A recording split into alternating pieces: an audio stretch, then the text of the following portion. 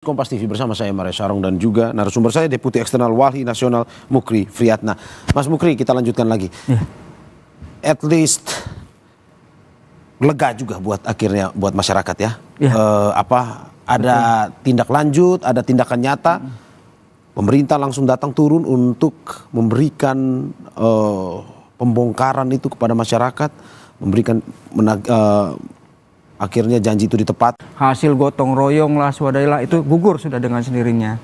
Nah, yang ketiga, kami berharap kepada pemerintah tidak berhenti sampai di sini. Urusan khusus ya yang di Kabupaten Tangerang ini. Kenapa? Karena gugur pun bambunya, habis pun pagarnya.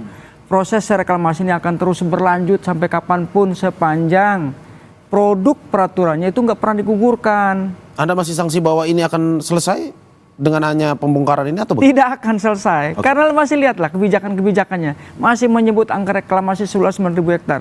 Kalau ini nggak digugurkan, yakinlah ini akan tetap akan terjadi. Okay? Yang kedua, di depan mata itu kan ada masalah. Ada masalah itu juga laut di Kepulauan Seribu, khususnya di Pulau Pari, di kapling-kapling didagangin juga. Nggak boleh tutup mata negara ini.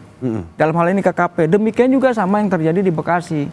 Saya kira ini entry point aja lah untuk bagaimana kita merajut menjaga kewibawaan bangsa dan negara, menjaga kewibawaan pemerintah. Kalau betul dia menjadi bagian yang berpihak kepada rakyatnya, segera tuntaskan seluruh persoalan. Mana yang bertentangan Undang-Undang 45 hapus. Oke. Di awal tadi kita sudah bilang setidaknya memberikan kelegaan bagi para nelayan. Kalau Anda melihat sendiri bahwa setelah pembongkaran pagar laut ini, apakah sedikit memberikan keleluasaan bagi para nelayan yang kemarin dari susah harus mutar jauh melautnya, pada akhirnya sekarang akan lebih mudah atau lebih terbantu dengan adanya pembongkaran ini atau bagaimana? Ya, sangat terbantu sekali. Lihat tuh antusiasme ya, lebih dari 200 kapal tanpa dibayar, tanpa diperintah. Ini menunjukkan bahwa mereka itu sebetulnya menjadi bagian yang ikut merasakan terdampak selama ini. Kalau cuma hitung-hitungan ekonomi, bodo amat ada pemerintah. Ngapain saya dibayar? Enggak. Ternyata kan tidak begitu. Jadi mereka pun merasakan sebagai salah satu bentuk rasa syukur.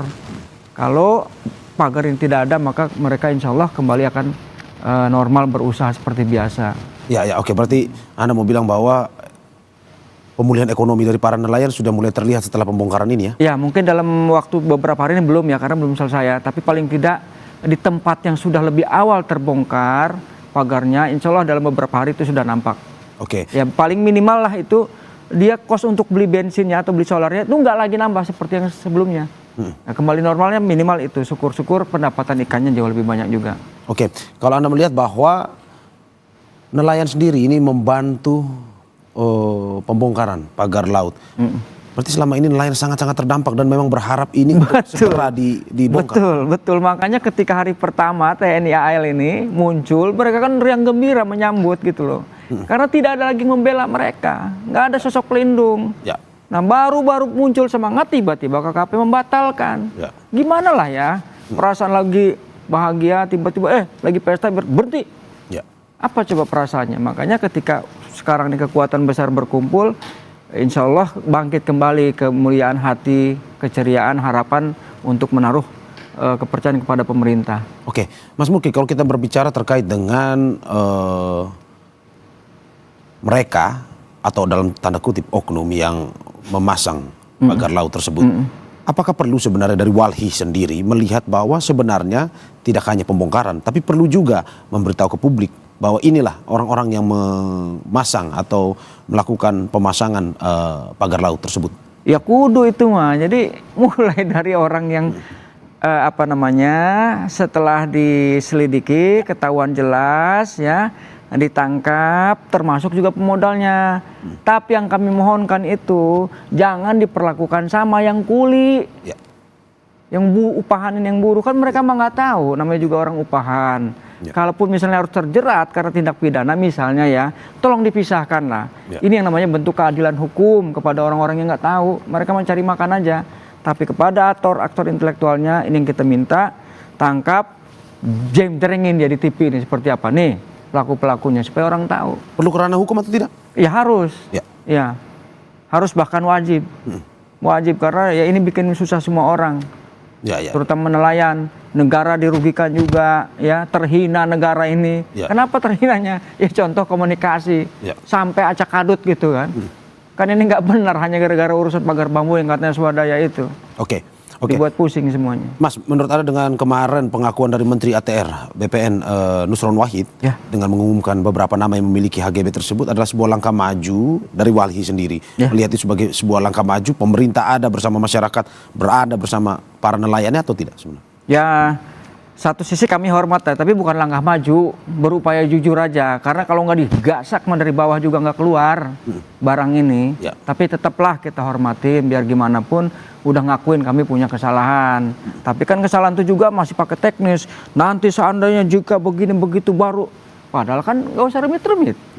Kalau buat pandangan kami ya, yang jelas-jelas namanya legalitas alas hak di atas laut itu nggak ada coret, gugurkan, apa rumitnya? Jangan ditarik-tarik kemudian bibir pantai, garis pantai segala macam. Ya udah, kalau saking kita nggak ngerti, pasang aja Google Earth. Simpel kan, tarik dari bibir pantai ke sana. Dulu yang ngaku sini di batas mana tanahnya, coba buktikan. Pakai itu aja, gampang. Ya sudahlah, mungkin karena belum paham soal itu, nggak ada soal juga lah. Tapi sebetulnya ini tidak menjadi kerumitan yang menambah pusing orang. Tegas jadi pimpinan itu. Menurut Anda kalau misalkan kemarin tidak ada pernyataan terkait dengan siapa yang memiliki HGB dan akhirnya baru ketahuan, KKP sendiri tadi katanya baru tahu dari Menteri ATR Nusron Wahid yang mengatakan kami tidak tahu, Pak Menteri Nusron yang tahu. Itu kalau misalkan tidak dibongkar seperti ini, apa menurut Anda yang? Ini akan jadi kan ini saya bilang nih, beruntung ikhtiar ini membuahkan hasil. Jadi bukan karena ketulusan mereka juga, enggak. Ikhtiar semua banyak pihak lah, media lah, netizen lah. Di tempat lain juga ini kasusnya sama. Gitu. Kebayang nggak sama-sama institusi pemerintah aja, sama-sama nggak tahu, artinya ada masalah gede di bangsa ini. Ini yang kami sebut negara sedang dilemahkan oleh kekuatan modal. Dampaknya kepada nelayan, misalkan pada akhirnya ini dibiarkan lebih lama, apa sebenarnya yang bisa dipikirkan, Mas? Tambah cilaka darat lautnya, di Kapling ngelawan sedikit, di Bui kalau namanya orang susah mah, di Republik ini benar sekalipun dia punya tanah hilang itu. Berarti bukan restorasi sebenarnya? Mengarang itu, nipu. Sudah, restorasi dari mana? Udah jelas-jelas reklamasi, kan nggak begitu juga metodenya. Jahat lah ini, motif-motif jahat. Nah ini ya, mumpung ada di Kompas ini, kami mintalah kepada warga di Republik ini jangan takut-takut ngadu. Sampein informasi ini, karena bisa jadi di tempat lain nggak terliput gitu ya. Luput dari informasi.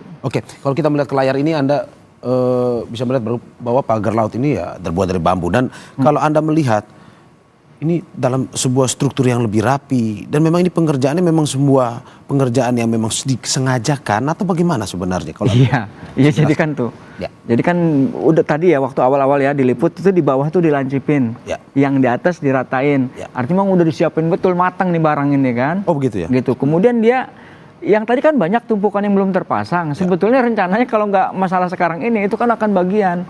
Nah, satu hal lagi, kenapa menjadi lama? Kalau kita bisa lihat, ini kan bukan semata-mata pagar memanjang dari ujung ke ujung, tetapi juga sudah di kotak-kotak. Seperti itu, makanya rada lama. Bubar nih pagar yang sekarang ditaikin, tapi kan masih ada yang lainnya yang membentuk kotak itu. Itu juga kudu dicabutin. Apa sebenarnya tujuan dari pagar-pagar yang dibentuk ataupun ditata seperti itu? Dia nampung sedimennya, ya untuk material uruknya. Pertama ada sedimen nih, datang nih, ya ketampung, nyangkut dari situ. Nah baru nanti datang material baru. Apa material yang paling sesuai? Misalnya dia pasir, akan disampaikanlah pasir, diuruk di situ di tempat itu. Jadi pelan-pelan memang dia, sambil menunggu proses hukumnya beres, perizinannya beres.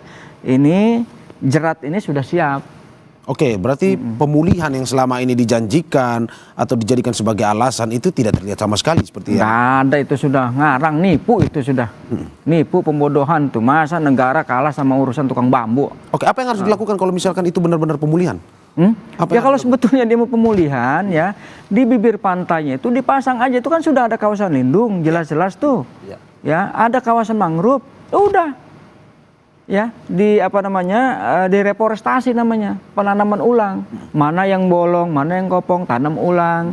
Mana yang masih jarang ditambah lagi supaya terjadi tutupan hutannya meningkat. Apalagi kalau kita tarik ke masalah deforestasi yang katanya Kementerian Kehutanan itu masih 0,0 juta hektar. Bisa jadi menambah ini kan, kalau dia dipulihkan menjadi 100 hektar, berkurang angka deforestasi atau tutupan hutannya. Tapi ini tidak terlihat ya? Nggak ada ini semua, bohong semua nih.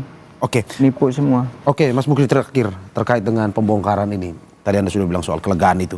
Tapi apa yang sebenarnya harus kita lebih serius, lebih prioritaskan selain dengan melihat terkait dengan pembongkaran ini? Kami insya Allah nggak akan merasa lelah ya, walaupun harus ngaku lelah juga.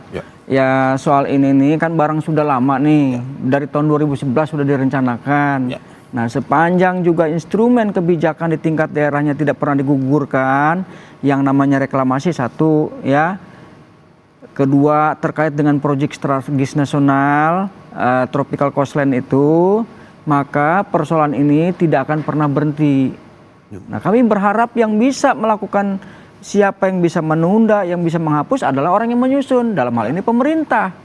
Kalau pemerintah kurang pakai alat negara, kan seperti itu. Mas, kalau kita lihat layar, ini aksinya sudah mulai ya? Sudah mulai turun untuk mencabut pagar-pagar bambu tersebut. Dicabut dengan tangan tanpa menggunakan alat, apakah bisa atau bagaimana sebenarnya? Bisa aja, tapi itu kan dalam. Sangat dalam ya? Dalam masih itunya, dalam. 2 meter. Susah tuh, lihat tuh, kelenger itu. Capek itu. Memang kudu ditarik, akan lebih mudah kalau pakai katrol ya. Tapi kan jadi sangat manual juga, dia satu-satu alatnya kudu banyak. Berarti kita tidak bisa membayangkan mencabutnya saja susah, apalagi dulu pada saat menanamnya. Maksudnya dalam arti bahwa memang membutuhkan sumber daya yang gede juga, alat pendukung yang banyak juga. Gitu aja. Apakah memang itu bisa kadang dilakukan dipasang oleh nelayan dalam kecil atau atau masuk akal. Nah ini coba sampai pakai alat perang. Kebayang kan?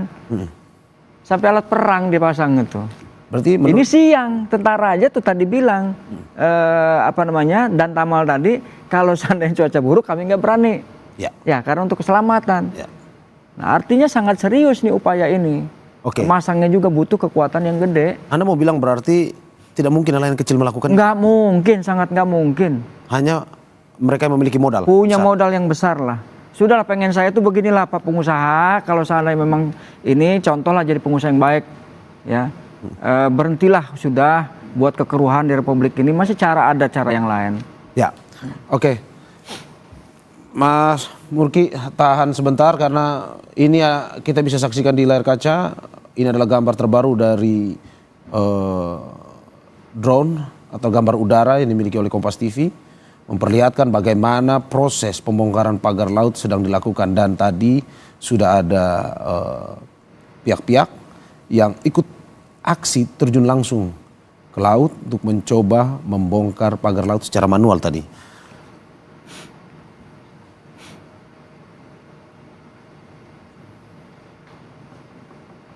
Ya kita lihat memang usaha demi usaha untuk membongkar pagar laut ini terus dilakukan di saat cuaca yang berada di wilayah Kabupaten Tangerang, Banten terlihat mendung, namun masih terus aksi ini dilakukan. Dan Mas Mukri, terima kasih banyak, Deputi Eksternal Walhi Nasional Mukri Friatna. Terima kasih sudah bergabung bersama Breaking News Kompas TV hari ini terkait dengan pembongkaran pagar laut di wilayah Kabupaten Tangerang, Banten. Kita harapkan apa yang disampaikan memberikan masukan juga.